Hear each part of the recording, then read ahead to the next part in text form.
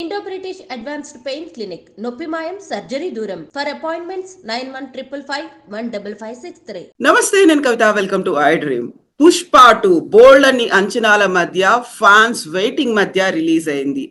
అది రికార్డ్స్ కురిపిస్తుంది అని ముందు నుంచి అంచనాలైతే ఉన్నాయి. రిలీజ్ తర్వాత ఎలా అనిపించింది? ఫ్యాన్స్ అంచనాలను మించి ఉందా? రికార్డ్స్ బ్రేక్ చేయబోతుందా? బ్లాక్ బస్టర్ అవుతుందా? ఎలా ఉంది? మనతో పాటుగా ఉన్నారు film critic, senior journalist G R Maharshi garu. Maharshi గారు, నమస్కారం అండి. నమస్తే గౌతి గారు. సో ఎలా ఉంది పుష్ప 2?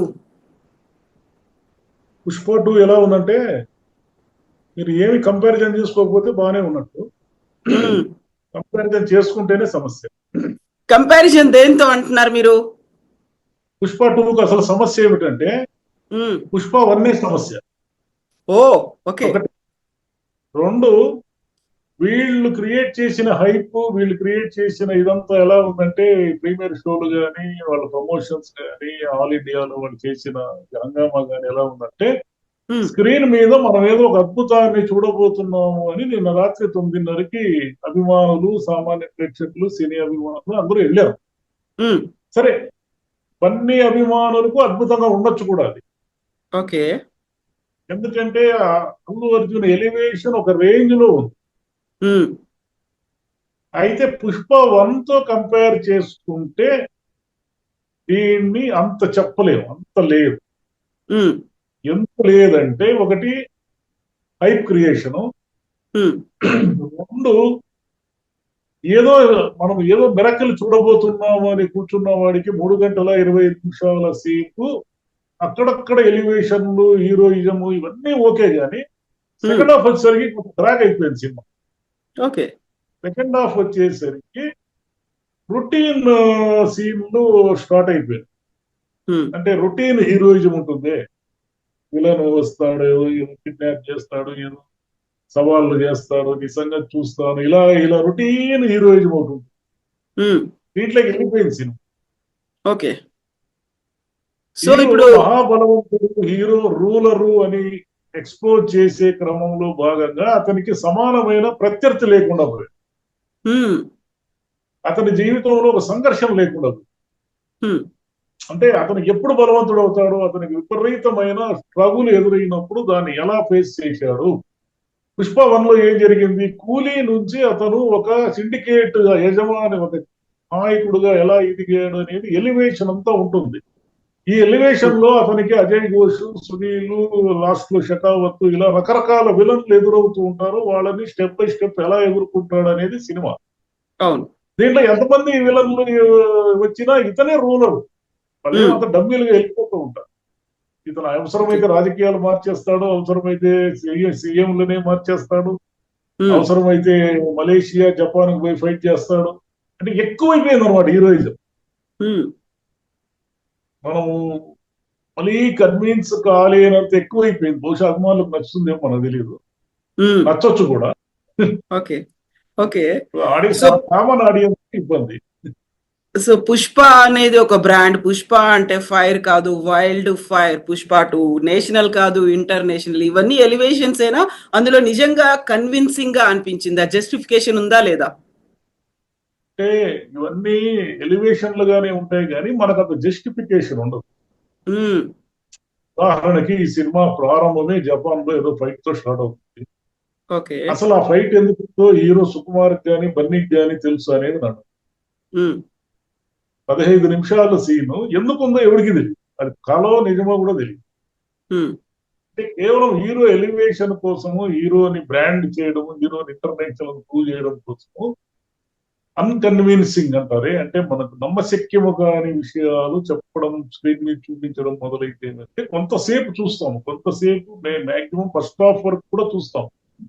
సెకండ్ హాఫ్ కూడా అదే అదే అదే ప్రాసెస్ కొనసాగుతుంటే అది, అంటే వాళ్ళు ఎంత కొంచెం ఇన్నోవేటివ్ గా, ఎంత కొత్తగా, అంటే ప్రతి సీను ఒక ట్విస్ట్తో ఎండ్ అవ్వడం ఇలా ఉన్నాయి. పుష్పలో ఎండ్ అవుతుంది చూడండి, ఫ్లవర్ అనుకున్నావా ఫైర్ అని ఎండ్ అవుతుంది. అలా ట్విస్ట్తో సీన్స్ ఉంటాయి, కానీ అభిమానులకు గూస్ బంప్స్ తెప్పించే సీన్స్. కానీ అవే సినిమాని మొత్తం కాపాడుతాయంటే మనం చెప్పలేము. ఓకే. సో పార్టీ అయితే చేసుకున్నారా లేదా పుష్ప 2 ద రూల్లో? ఎవరు అభిమానుల అభిమానులు యాంగిల్లోనే మాట్లాడితే పార్టీ అయితే వాళ్ళకి అయిందా? వాళ్ళకైతే మంచి పార్టీ, ఫుల్ పార్టీ. ఓకే. రాత్రి డ్యాన్సులు చేశారు, కేకలు పెట్టారు. నేను గుంటూరులో చూశాను. ఓకే. భాస్కర్ డీలర్ అనే థియేటర్ లో చూశాను. ఏకంగా ఒక అభిమాని గంగ జాతర వేషం వేసుకొని వచ్చారు. ఓకే. ఈ దుర్మార్గమైన విషయం ఏమిటంటే హాల్లో మంటలు వదులుతున్నారు. ఓ, ఎంత డేంజరస్ అది! ఎంత డేంజరస్ అండి అది! ఏదైనా పొరపాటు జరిగితే 200-300 మంది చచ్చిపోతారు. అవును కదా. కనీసం అంత పట్టింపు లేని తనం ఉంటే థియేటర్ యజమానులకైనా వాళ్ళది కూడా ప్రాణం కదా. ఎగ్జాక్ట్లీ. సో ఫ్యాన్స్ కి అయితే ఒక పూనకాలు, ఒక జాతర సిచ్యువేషన్ అయితే థియేటర్లలో కనిపిస్తుందా? జాతరే. నిన్న 9:30 షోలు అయితే అసలు ఎక్కడ ట్రాఫిక్ జామ్ ఆ థియేటర్. ఓకే. సో మిగతా అంశాలన్నీ ఎలా ఉన్నాయండి? స్క్రిప్ట్ కావచ్చు, స్క్రీన్ ప్లే కావచ్చు, మ్యూజిక్ కావచ్చు, బ్యాక్గ్రౌండ్ స్కోర్ కావచ్చు, ఫైట్లు కావచ్చు, సినిమాటోగ్రఫీ, ఇవన్నీ అంటే ఈ సినిమాకి బలము బలహీనత 2 అల్లు అర్జున్. ఓకే. ఈ సినిమాకి బలము బలహీనత 2 రైటింగ్. ఈ సినిమాకి బలము బలహీనత 2 సుకుమార్. ఓకే. ఇలా వాళ్ళే బ్యాలెన్స్ చేసేసారు మొత్తం అంతా అక్కడ. వాళ్ళే బ్యాలెన్స్ చేశారు.